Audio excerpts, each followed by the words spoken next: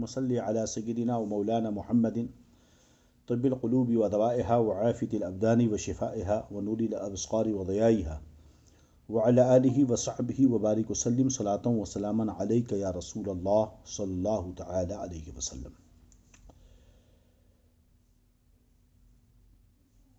گزشتہ درس تفسیر قرآن میں آپ نے سورۃ البقر کی 24 نمبر کی آیت کی تفسیر سماعت کی اور اس کا ترجمہ سماعت کر لیا۔ آج 25ویں آیت اور اس کے آگے اللہ رب العزت نے چاہا تو مختصر تفسیر آپ حضرات کے سامنے پیش کرنے کی کوشش کریں گے۔ اللہ رب العزت ارشاد فرماتا ہے، اعوذ باللہ من الشیطان الرجیم، بسم اللہ الرحمن الرحیم۔ وَقُلْنَا يَا آدَمُ اسْكُنْ أَنْتَ وَزَوْجُكَ الْجَنَّةَ وَكُلَا مِنْهَا رَغَدًا حَيْثُ شِئْتُمَا وَلَا تَقْرَبَا هَٰذِهِ الشَّجَرَةَ فَتَكُونَ مِنَ الظَّالِمِينَ۔ اللہ فرماتا ہے، وَقُلْنَا اور ہم نے فرمایا، یا آدم اے آدم، اسکن انت وزوجک تو اور تیری بیوی رہیں، جنتا جنت میں۔ وَقُلْنَا اور ہم نے کہا، اے آدم تو اور تیری بیوی جنت میں رہو، وَكُلَا مِنْهَا رَغَدًا اور کھاؤ اس میں سے بے روک ٹوک، حیث شئتما جہاں سے تمہارا جی چاہے، وَلَا تَقْرَبَا هَٰذِهِ الشَّجَرَةَ فَتَكُونَ مِنَ الظَّالِمِينَ مگر اس پیڑ کے پاس نہ جانا کہ حد سے بڑھنے والوں میں ہو جاؤ گے۔ گزشتہ آیت میں آپ نے یہ سماعت کیا کہ اللہ رب العزت نے حضرت آدم علیہ نبینا علیہ الصلاۃ والسلام کی تخلیق کا ذکر فرمایا اور ان پر جو انعامات ہوئے ان کا تذکرہ فرمایا، اور اس کے بعد ان کی عظمت شان کو ظاہر کرنے کے لیے اللہ رب العزت نے فرشتوں کو سجدہ کرنے کا حکم دیا۔ تو ان سارے ذکر میں اللہ رب العزت نے حضرت آدم علی نبینا علیہ الصلاۃ والسلام کی عظمت شان کو واضح فرمایا کہ حضرت آدم علی نبینا علیہ الصلاۃ والسلام آسمانوں میں اور جو رہے اور اس کے بعد دنیا میں آپ کی آمد ہوئی، ان ساری چیزوں کا تذکرہ رب تبارک و تعالیٰ نے وعید اور حضرت آدم کی تخلیق کو لے کر اللہ رب العزت نے ان ساری چیزوں کو بیان فرما دیا کہ جس طرح اس سے پہلی آیتوں میں اللہ تعالیٰ نے اپنی نعمتوں کا ذکر فرمایا تھا تاکہ انسان ان نعمتوں کا اعتراف کرے اور کفر اور معصیت سے باز آئے، اللہ پر ایمان لائے اور اس کی اطاعت کرے۔ اسی طرح اب ادھر آیتوں میں اوپر کی آیتیں ہیں کہ بتایا کہ انسان کے جو مورث اعلیٰ ہیں، سب کے باپ ہیں حضرت آدم علیہ السلام کو اللہ تعالیٰ نے کن نعمتوں سے نوازا ہے۔ حضرت آدم علیہ السلام کو اللہ نے اپنا خلیفہ اور اپنا نائب بنایا، ان کو اپنی صورت پر پیدا کیا، یعنی اپنی پسندیدہ صورت پر پیدا کیا، ان کو کائنات کی تمام اشیاء کے اسما کا علم عطا فرمایا، ان کو ملائکہ کا مسجود بنایا، ان کو پہلے جنت میں رکھا، پھر ان کی خلافت زمین پر جاری کرنے کے لیے انہیں زمین پر بھیجا۔ یہ حضرت آدم علیہ نبینا علیہ الصلاۃ والسلام پر اللہ تعالیٰ کی عظیم نعمتیں ہیں۔ تو اب اس کا تقاضا یہ ہے کہ ان کی اولاد اپنے مورث اعلیٰ پر کی گئی ان نعمتوں کا شکر بجا لائے، اچھی طرح سے اللہ کی اطاعت کرے اور کفر اور معصیت سے دور رہے۔ یہ سب نعمتوں کا چرچا یہاں پر رب تبارک و تعالی فرما رہا ہے۔ اب یہاں پر حضرت آدم کو تمام فرشتوں نے سجدہ کیا، جس میں سے ابلیس نے سجدہ نہ کیا اور رب تبارک و تعالیٰ کے حکم کی نافرمانی کرنے کی وجہ سے وہ کافر ہوا، یعنی اس کا کفر ظاہر ہوا۔ علم الہی میں تو وہ پہلے ہی سے کافر تھا، مگر جب اس نے انکار کیا اطاعت کرنے سے، آدم کا سجدہ کرنے سے، تو اب اس نے اپنے کفر کو ظاہر کیا۔ ورنہ اس کے عظمت و شان کا ذکر تو ہم اس سے پہلے کر چکے کہ اس کی کیا عظمتیں تھیں، ہے نا۔ الگ الگ آسمانوں میں اس کا الگ نام تھا، کس قدر اسے رتبہ اور عظمت ملی ہوئی تھی، مگر تکبر سمجھ میں آیا کہ تکبر اتنی بری چیز ہے کہ کبھی کبھی انسان کو کفر تک لے کے چلی جاتی ہے۔ تو حسد، تکبر اور بغض و عناد بہت بری چیز ہے، اسی لیے شریعت مطہرہ نے تکبر سے، بغض سے اور حسد سے جو ہے بچنے کا حکم دیا ہے۔ سمجھ رہے ہیں کہ نہیں؟ اعلیٰ حضرت رضی اللہ عنہ، حسد تو کبھی کبھی جو ہے یہ پائی بغض ایک اتنی چیز ہے، تعصب بہت بربادی لاتا ہے۔ اب اس میں چاہے خاندانی تعصب ہو، علاقائی تعصب ہو، قبائلی تعصب ہو، رنگ و نسل کا تعصب ہو، یہ سب چیزیں تباہ و بربادی کا ذریعہ ہوتی ہیں۔ اعلیٰ حضرت رضی اللہ عنہ نے کتنی پیاری بات کہی، افر ظالم یہ بڑھا جوش تعصب آخر، بھیڑ میں ہاتھ سے کم بخت کے ایمان گیا۔ اعلیٰ حضرت رضی اللہ عنہ کے ایک ایک شعر کو آپ دیکھیں گے تو وہ اپنے اندر اس قدر معنویت، گہرائی اور گہرائی رکھتا ہے کہ یہ اعلیٰ حضرت نے اس وقت یہ فرمایا تھا کہ افر ظالم یہ بڑھا جوش تعصب آخر، بھیڑ میں ہاتھ سے کم بخت کے ایمان گیا۔ لیکن آج بھی آپ دیکھ لیجئے کہ مرکز اہل سنت سے بغض و حسد اور عناد کا نتیجہ یہ ہوتا ہے کہ جو تیرے در سے یار پھرتے ہیں، در بدر یوں ہی خار پھرتے ہیں۔ بہرحال تو شیطان نے، ابلیس نے تکبر کیا۔ اب اللہ تبارک و تعالیٰ نے حضرت آدم علی نبینا علیہ الصلاۃ والسلام کو جنت میں رہنے کا حکم دیا۔ حضرت آدم علیہ السلام کو سجدہ نہ کرنے کی وجہ سے شیطان مردود ہوا تھا، سمجھ رہے ہیں، اسے جنت سے نکال دیا گیا، حضرت آدم علیہ السلام کو جنت میں رکھا گیا۔ تو چونکہ جنت میں حضرت آدم تنہا تھے، باغ، نعمتیں سب کچھ تھیں، حکم تھا کہ جہاں سے تمہارا جی چاہے بے روک ٹوک کھاؤ پیو۔ اعلیٰ حضرت رضی اللہ تعالیٰ عنہ فرماتے ہیں ترجمہ کرتے ہوئے، اور ہم نے فرمایا اے آدم تو اور تیری بیوی جنت میں رہو اور کھاؤ اس میں سے بے روک ٹوک جہاں تمہارا جی چاہے، مگر اس پیڑ کے پاس نہ جانا کہ حد سے بڑھنے والوں میں ہو جاؤ گے۔ اعلیٰ حضرت رضی اللہ عنہ نے یہ ترجمہ نہیں کیا کہ ظالم ہو جاؤ گے، گنہگار ہو جاؤ گے، یہ نہیں فرمایا، بلکہ کیا ترجمہ فرمایا، حد سے بڑھنے والے ہو جاؤ گے۔ تو جنت میں تو بے شمار نعمتیں تھیں، مگر تنہائی کا ایک درد تھا۔ حضرت آدم علیہ نبینا علیہ الصلوۃ والسلام سوئے ہوئے تھے، آپ کی بائیں پسلی سے انسیت کے لیے، آپ کے دل کو قرار دینے کے لیے بائیں پسلی سے حضرت آدم علیہ الصلوۃ والسلام کے حضرت حوا کو پیدا کیا اللہ رب العزت نے۔ یہ اس کی قدرت کاملہ کہ اس نے دنیا کو اسباب پر منحصر رکھا ہے، معلق کر رکھا ہے۔ اگر وہ چاہے تو بن بادل کی بارش ہو، مگر اس نے بارش کے لیے بادل کو سبب بنا دیا ہے۔ اگر وہ چاہے تو بغیر آگ کے گرمی ہو، مگر اس نے جلانے کا کام آگ کے ذریعہ رکھا ہے۔ بغیر ماں باپ کے بچے پیدا ہوں، ہے نا، اسی لیے اپنی قدرت کاملہ، اس کی قدرت کاملہ کا اظہار اس نے کیا کہ حضرت آدم علیہ السلام کو بغیر ماں باپ کے پیدا کیا، بغیر مرد و عورت کے، اور پھر حضرت حوا کو بغیر عورت کے، اور حضرت عیسیٰ کو بغیر مرد کے پیدا فرمایا۔ یہ اس کی شان ہے کہ وہ جو چاہے کرتا ہے اور جو چاہے گا کرے گا۔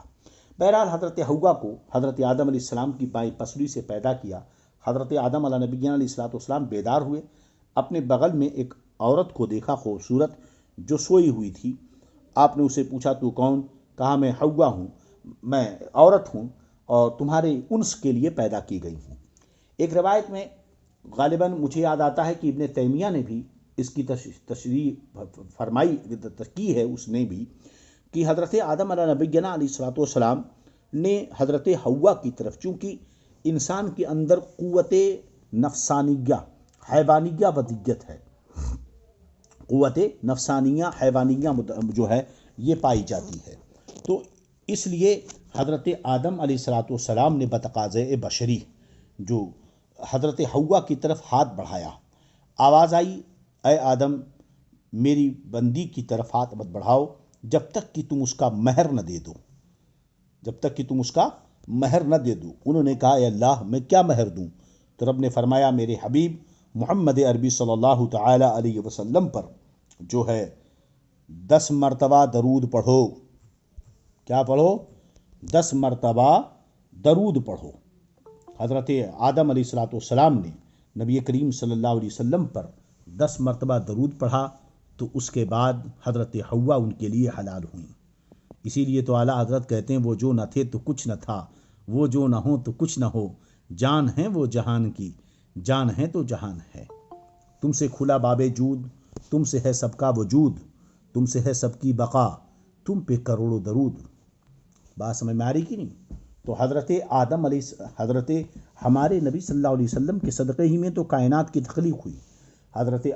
یعنی گویا کی قیامت تک اگر حضرت آدم و حوا کا جو ہے وصل نہ ہوتا، دونوں میں ملاقات نہ ہوتی، تو انسانیت کا وجود نہ ہوتا، اور انسانیت کا وجود نہ ہوتا تو یہ وہبڑے کہاں سے ہوتے، یہ وہبڑے کہاں سے پیدا ہوتے، ہے نا؟ تو پتہ یہ چلا کہ یہ کچھ بھی کریں، ہے نا، یہ کچھ بھی کریں مگر اتنا سمجھ لیں کہ ان کا بھی وجود نبی کریم صلی اللہ علیہ وسلم پر درود پاک کا صدقہ ہے۔ بہرحال حضرت حوا علیہ السلام جو ہے پیدا ہوئی، اور حضرت آدم علیہ السلام کی انسیت کے لیے ان کو پیدا کیا گیا۔ ان کا نام حوا اس لیے پڑا کیونکہ حی یعنی زندہ سے انہیں پیدا کیا گیا۔ حضرت آدم زندہ تھے، آرام کر رہے تھے، ان کی پسلی سے پیدا کیا گیا۔ اب حضرت آدم علیہ السلام کو سجدہ نہ کرنے کی وجہ سے شیطان مردود ہوا تھا، لہذا وہ حضرت آدم علیہ السلام کو ہمیشہ جو ہے نقصان پہنچانے کی ٹوہ میں تاک میں لگا رہتا تھا۔ اللہ رب العزت نے حضرت آدم و حوا کو جو ہے جنت میں رہنے کا حکم دیا، جہاں دل کرے بے روک ٹوک کھائیں، مگر یہ حکم تھا کہ اس درخت کے قریب نہ جانا۔ تو اب شیطان نے انہیں وسوسہ ڈالا اور کہنے لگا کہ جانتے ہو تمہیں تمہارے رب عز و جل نے اس درخت سے اس لیے منع فرمایا کہ کہیں تم فرشتے نہ بن جاؤ یا تم ہمیشہ زندہ رہنے والے نہ بن جاؤ۔ اور اس کے بعد شیطان نے قسم بھی کھا لی، اس نے قسم بھی کھا لی۔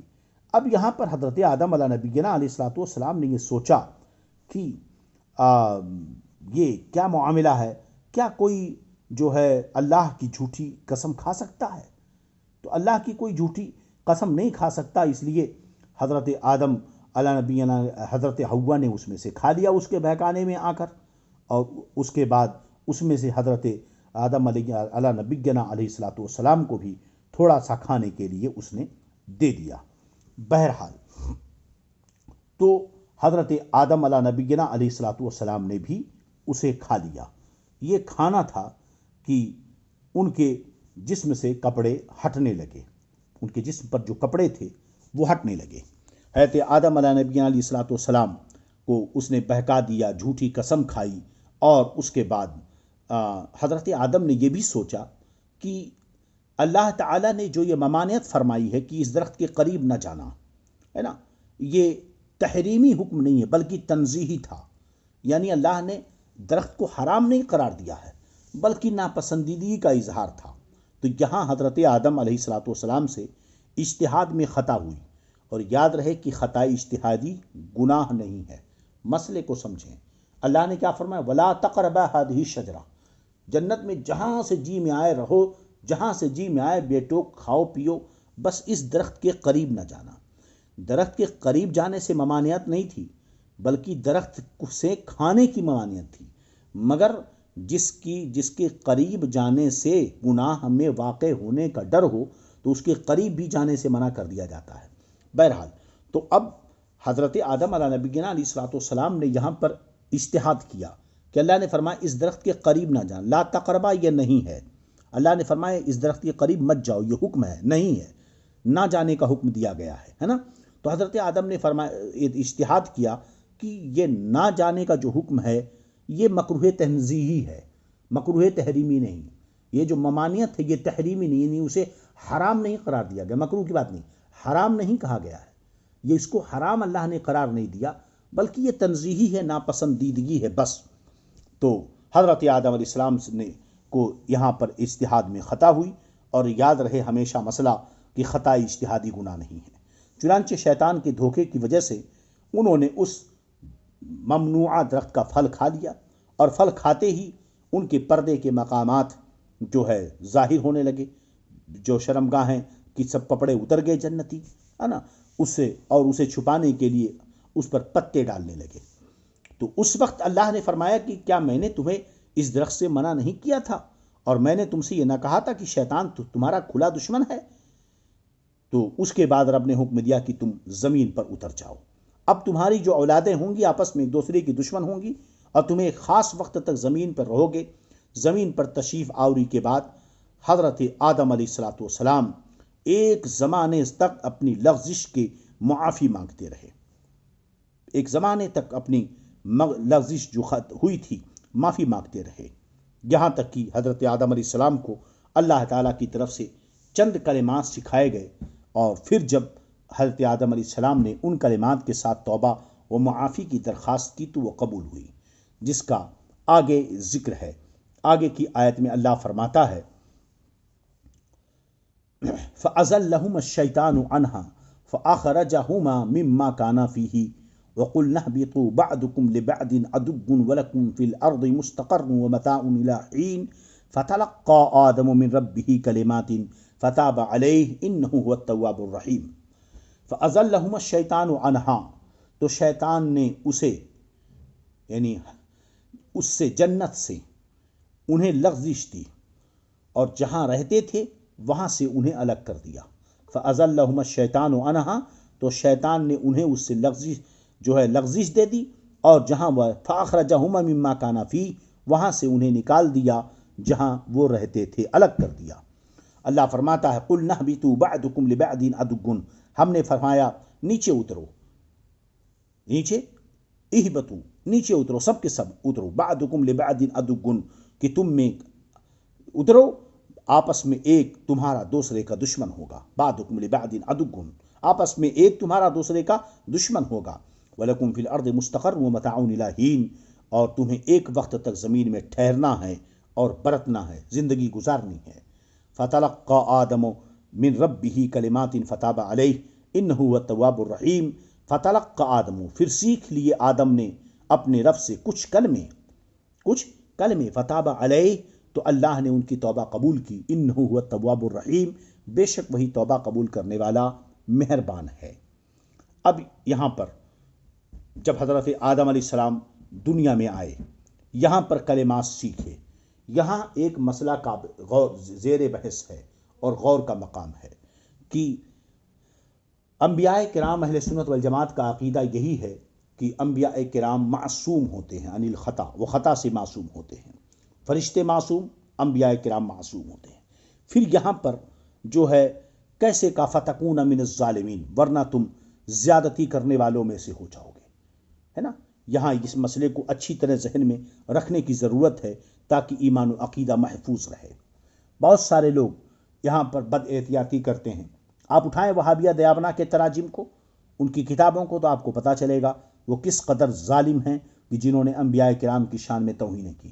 ہم نے ابتدائی درس میں یہ بتایا تھا کہ جب اس طرح کے جاہلانہ ترجموں کو عوام الناس میں سے کوئی عام اردو پڑھنے والا پڑھے گا تو وہ کیا عقیدہ لے گا؟ کہیں اللہ کے بارے مکر کا لفظ تو یہی سمجھے گا کہ معاذ اللہ مکر کرنا کوئی جرم نہیں، جب اللہ مکر کرتا ہے تو ہم کیوں نہیں کرتے، معاذ اللہ، ہے نا۔ جب انبیاء کرام سے ظلم ہوتا ہے تو اگر ہم ظلم کریں تو کون سی بات ہے، جیسے وہ توبہ کریں گے ہم توبہ کریں گے، ان کی شان تو بہت بلند ہے، اس لیے مسئلے کو اچھی طرح یاد رکھیں۔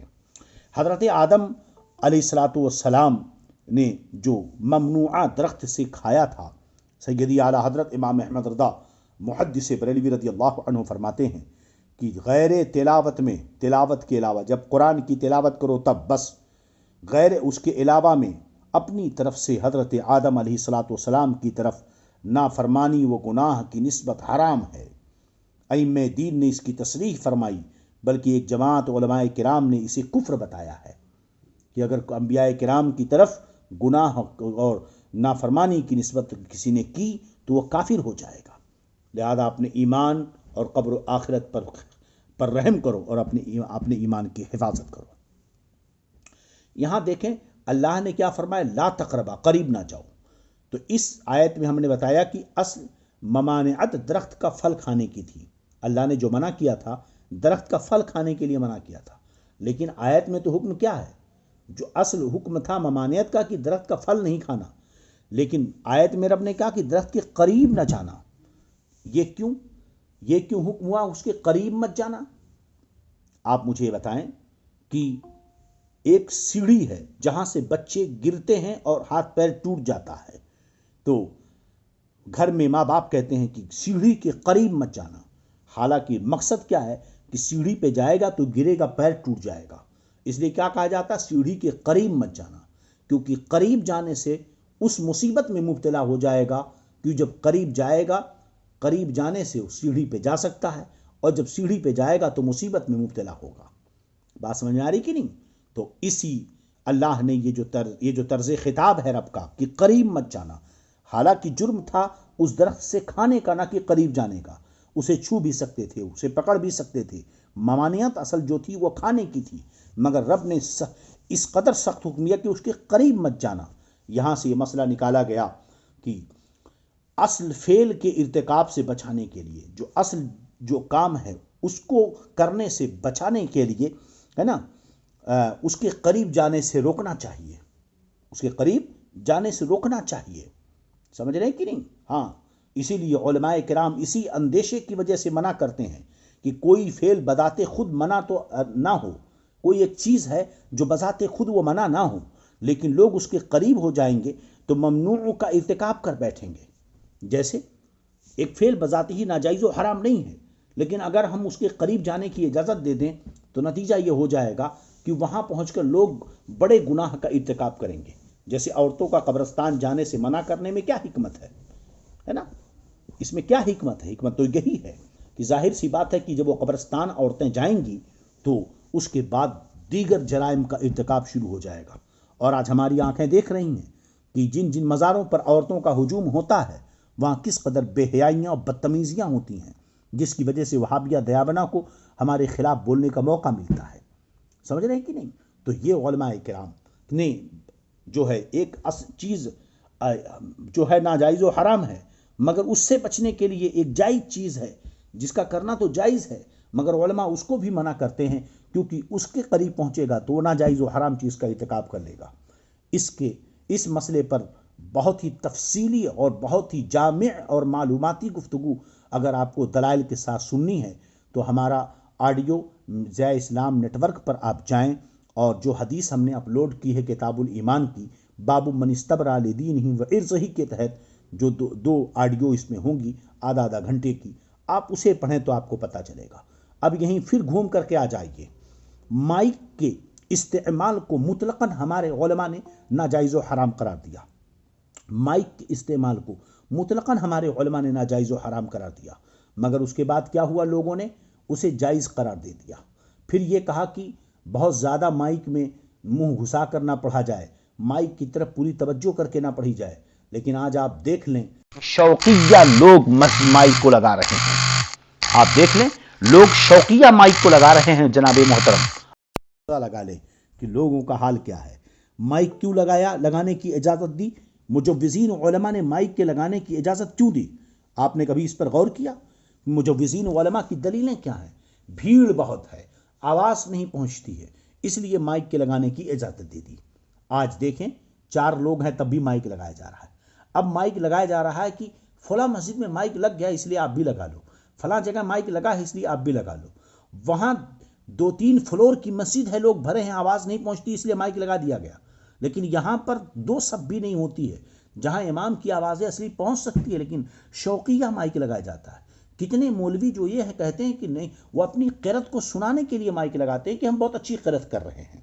ایسے ہی تصویر کشی کا مسئلہ آپ لے لیجئے، آپ تصویر کشی کا مسئلہ لے لیجئے، تصویر کشی کے معاملے میں بھی ضرورت اور حاجت اور دلیلوں کی بحث دین اور کی خدمت کی بحث، شریعت و دین کا کام کرنے کے لیے ویڈیو تصویروں کے جواز کا حکم دیا گیا، لیکن آج آپ دیکھ لیں کیا ہو رہا ہے۔ حرم کعبہ میں سیلفی کھنچوائی جاتی ہے، جہاں ایک ایک سیکنڈ لاکھوں کروڑوں برکتوں رحمتوں کا ذریعہ ہے، جہاں حاضری کے لیے ترستے ترستے لوگ مر جاتے ہیں، حاضر نہیں ہو پاتے، لیکن لوگ وہاں پہنچ رہے ہیں، سیلفیاں کھنچوا رہے ہیں۔ مدینہ المنورہ میں جہاں گنبد خضرا کو دیکھنے کے لیے آنکھیں دیکھتی رہیں اس وقت تک کہ میری آنکھیں سوکھ جائیں، میں گنبد خضرا کو یوں دیکھتا رہوں، جب تک کہ آنکھیں سوکھ نہ جائیں میں بس گنبد خضرا کو دیکھتا رہوں، ان جالیوں پہ سلام پڑھتا رہوں، سانس رک جائے جہاں چلی جائے میں سلام پڑھتا رہوں۔ لیکن آج کا انسان جا کے وہاں سیلفیاں کھنچوا رہا ہے۔ آج آپ دیکھ لیجئے، یوٹیوب پر گھسیے، ایک ایک سے مقررین ہیں، کوئی نہ جانے کون سا، کوئی مقرر خصوصی ہے، ماہر علوم نقلیہ ہے، کوئی محدث ہے، کوئی فقیہ ہے، کوئی جامع معقول و منقولات ہے، کوئی شیخ الحدیث ہے، کوئی شیخ القرآن ہے، کوئی پیر طریقت ہے، کوئی رہبر شریعت ہے، بڑے بڑے ناموں کے ساتھ آپ کو ٹائٹل پیج ملے گا، اس کے اوپر یوٹیوب کے تھمب نیل پہ آپ کو دکھے گا، مگر انہی کے ساتھ اسی یوٹیوب پر گندی لڑکیوں کی تصویریں بھی ساتھ میں لگائی جا رہی ہیں، ننگی لڑکیوں کی تصویریں بھی ساتھ میں لگائی جا رہی ہیں۔ یہ نتیجہ ہے۔ قربان جاؤ مسلک حق اہل سنت والجماعت، مسلک اعلیٰ حضرت پر، قربان جاؤ تاج الشریعہ پر، قربان جاؤ حضور محدث کبیر پر، کہ جو انہوں نے ہماری ایمان و عقیدے کی حفاظت فرمائی ہے۔ قربان جاؤ ان لوگوں پر۔ ولی اسی کو کہتے ہیں جو فتنے کو وہ دور سے بھانپ لیتا ہو، جو فساد کو پہلے ہی سے سمجھ لیتا ہو۔ ان فسادات کو ان بزرگوں نے بہت پہلے سمجھ لیا تھا۔ جائز تو آپ نے کیا تھا دین کا کام کرنے کے لیے، جائز تو آپ نے کیا تھا خدمت دین کے لیے، جائز آپ نے کیا تھا تبلیغ دین کے لیے۔ آج آپ دیکھ لیں کیا ہو رہی ہے تبلیغ دین۔ آپ نے تھوڑا سا کیا اجازت دے دی، لوگوں نے آج تماشا بنا دیا۔ اب ایسا لگتا ہے کہ یوٹیوب پر وہ کسی عالم دین کی تقریر نہیں بلکہ کسی فلمی ایکٹر کا کوئی فلم اپلوڈ کیا گیا ہو۔ لا حول ولا قوت الا باللہ۔ اللہ فرماتا لا تقربا هذه الشجرہ، درخت کو کھانے میں نقصان تھا مگر رب نے قریب جانے سے منع فرما دیا۔ یہیں سے یہ مسئلہ سمجھ میں آ گیا کہ جس کے ایسا جائز کام جس کے ارتکاب سے حرام کا ارتکاب میں لوگ پڑ جائیں، ایسا جائز کام جس کے کرنے سے لوگ حرام کے ارتکاب میں پڑ جائیں، اس سے روکا جائے گا، اس سے روکا جائے گا۔ بات سمجھ میں آ رہی کہ نہیں؟ اسی لیے بزرگان دین، پیران عظام ہے نا، صوفیاء عظام اپنے مریدین کو ایسی چیزوں سے روکتے ہیں۔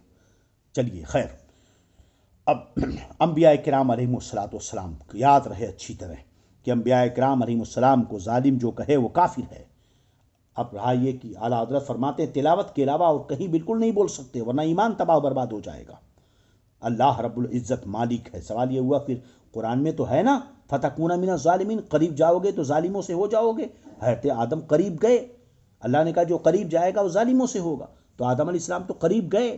یاد رہے کہ اللہ مالک ہے، وہ مولا ہے، وہ بادشاہ ہے نا، مالک الملک ہے، وہ اپنے مقبول بندوں کے بارے میں جو چاہے فرمائے۔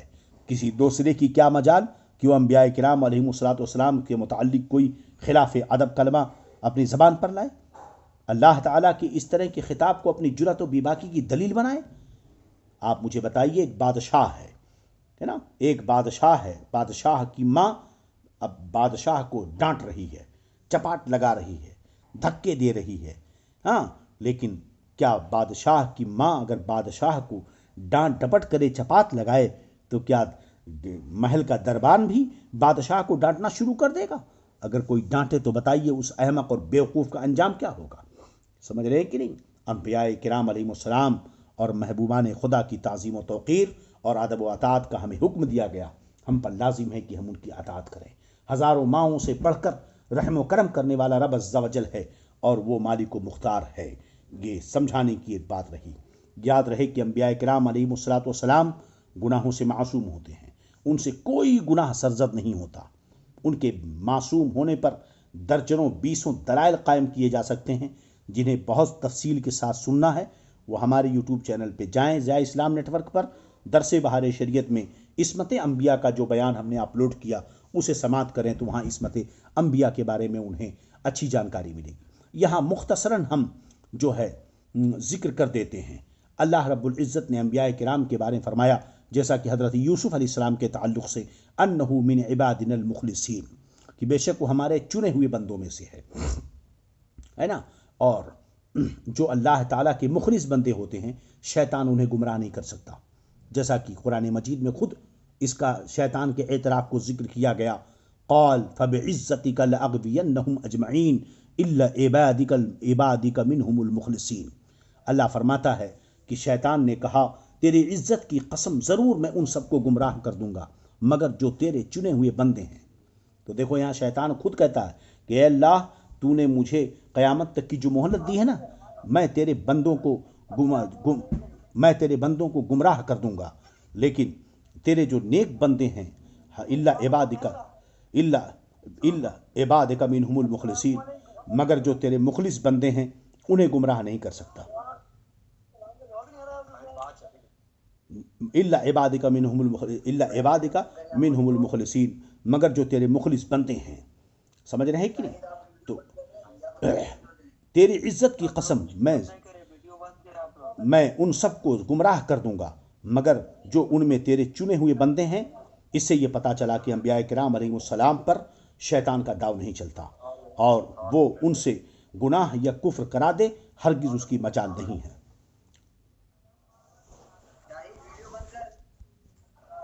اللهم صل على سيدنا مولانا محمد طب القلوب ودوائها وعافية الأبدان وشفائها ونور الأبصار وضيائها وعلى آله وصحبه وبارك وسلم صلاة وسلاما عليك يا رسول اللہ صلی اللہ علیہ وسلم. تو ہم یہ عرض کر رہے تھے کہ شیطان کا داؤ اور اس کا پیچ اللہ کے مخلص بندوں پر نہیں چل سکتا. خود اس نے رب کی بارگاہ میں جب مہلت مانگی تو یہ قسم کھا کر کہا فبعزتک لاغوینہم اجمعین الا عبادک منہم المخلصین. شیطان نے کہا تیری عزت کی قسم ضرور میں ان سب کو گمراہ کر دوں گا مگر جو ان میں تیرے چنے ہوئے بندے ہیں. کیا پتہ چلا اس سے؟ معلوم ہوا کہ انبیاء کرام علیہ الصلوۃ والسلام پر شیطان کا داؤ نہیں چلتا، لہذا وہ ان سے گناہ یا کفر کروا دے یہ ہو ہی نہیں سکتا ہے. سمجھ رہے ہیں کہ نہیں؟ جو گنہگار ہوگا وہ مذمت کے لائق ہوگا. اللہ تبارک و تعالیٰ نے انبیاء کرام کی شان میں یہ بیان فرمایا وَإِنَّهُمْ عِنْدَنَا لَمِنَ الْمُصْطَفِينَ الْأَخْيَارِ کہ بے شک وہ ہمارے نزدیک بہترین چنے ہوئے بندوں میں سے ہیں. اور شیطان نے کہا کہ تیرے جو چنے بندے ہیں ان پر میرا داؤ نہیں چلے گا. نیز یہ کہ انبیاء کرام علیہ الصلوۃ والسلام یہ فرشتوں سے افضل ہیں. انبیاء کرام علیہ السلام فرشتوں سے افضل ہیں، اور جب فرشتوں سے گناہ صادر نہیں ہوگا تو ضروری ہے کہ انبیاء کرام علیہ السلام سے بھی گناہ صادر نہ ہو، کیونکہ انبیاء کرام علیہ السلام سے بھی اگر گناہ صادر ہو تو فرشتوں سے افضل نہیں رہیں گے. مزید اگر آپ عصمت انبیاء پر آپ کو سماعت کرنا ہے تو آپ اس جانب رجوع کر لیں جو آپ کے لیے بہتر رہے گا. خیر، تو شیطان یہ انبیاء کرام کی شان رہی ہے. لہذا حضرت آدم علیہ الصلوۃ والسلام سے جو یہاں پر معاملہ سرزد ہوا، ہمیشہ ایک چیز ہمیشہ یاد رکھیں کہ حضرت آدم علیہ نبینا گناہ کسے کہتے ہیں؟ جب برائی کا عزم ہو، جب برائی کا عزم ہو تو وہاں اسے گناہ کہیں گے. سمجھ رہے ہیں کہ نہیں؟ اب یہاں ایک بحث ہوتی ہے کہ شیطان کیسے پہنچا. اس کے تعلق سے بہت ساری روایتیں موجود ہیں، اس میں نہ پڑھیں. حاصل کلام یہ کہ شیطان نے کسی طرح پہنچ کر حضرت آدم کے پاس کہا یہ کہ کیا میں تمہیں ہمیشگی کا درخت نہ بتا دوں، اور قسم کھائی کہ میں خیر خواہ ہوں. بہرحال اس کے بعد حکم یہ ہوا کہ آدم اپنی ذریہ اور حوا اپنی ذریت کے ساتھ جو ان کے صلب میں ہیں سب کے سب زمین پر چلے جاؤ. چونکہ جنت سے اترنے میں حضرت آدم اور حوا دو ہی لوگ تھے، مگر یہاں رب نے کیا فرمایا قُلْ نَهْبِطُوا مِنْهَا جَمِيعًا، سب کے سب اترو جنت سے. یہ جمع کا صیغہ ہے. تو اس کی طرف مفسرین نے فرمایا کہ چونکہ حضرت آدم کی صلب میں جو قیامت تک ساری اولاد آنے والی تھی سب اس میں شامل تھی، تو اس لیے جمع فرمایا سب کے سب جو ہے دنیا میں اترو، سب کے سب. تو حضرت آدم اور حوا کو جنت سے اترنے کا حکم ہوا. حضرت آدم زمین میں جو ہے ہند میں سرندیپ کی پہاڑیوں پر اترے، حضرت حوا جدہ میں اتارے گئے. حضرت آدم علیہ السلام کی برکت سے زمین کے درختوں میں پاکیزہ خوشبو پیدا ہو گئی، پاکیزہ خوشبو پیدا ہو گئی. اگر تجربہ اگر آپ دیکھیں گے تو سرندیپ کی یہ پہاڑیاں سری لنکا میں پائی جاتی ہیں، اور وہاں کی ہریالیوں میں، پتوں میں، اور وہاں کے پانی کے جھرنوں میں، اور وہاں کی جو لونگ الائچی وغیرہ ہوتی ہیں ان میں جو خوشبو پائی جاتی ہے، انڈیا وغیرہ کی جو ہے چیزوں میں وہ خوشبو نہیں نظر آتی ہے۔ بہرحال حضرت آدم علیہ الصلوۃ والسلام کو جنت سے دنیا میں اترنے کا حکم دیا گیا۔ حضرت آدم علیہ السلام دنیا میں اترے اور اللہ نے فرمایا کہ تمہیں زمین میں کچھ دنوں تک رہنا ہے اور برتنا ہے۔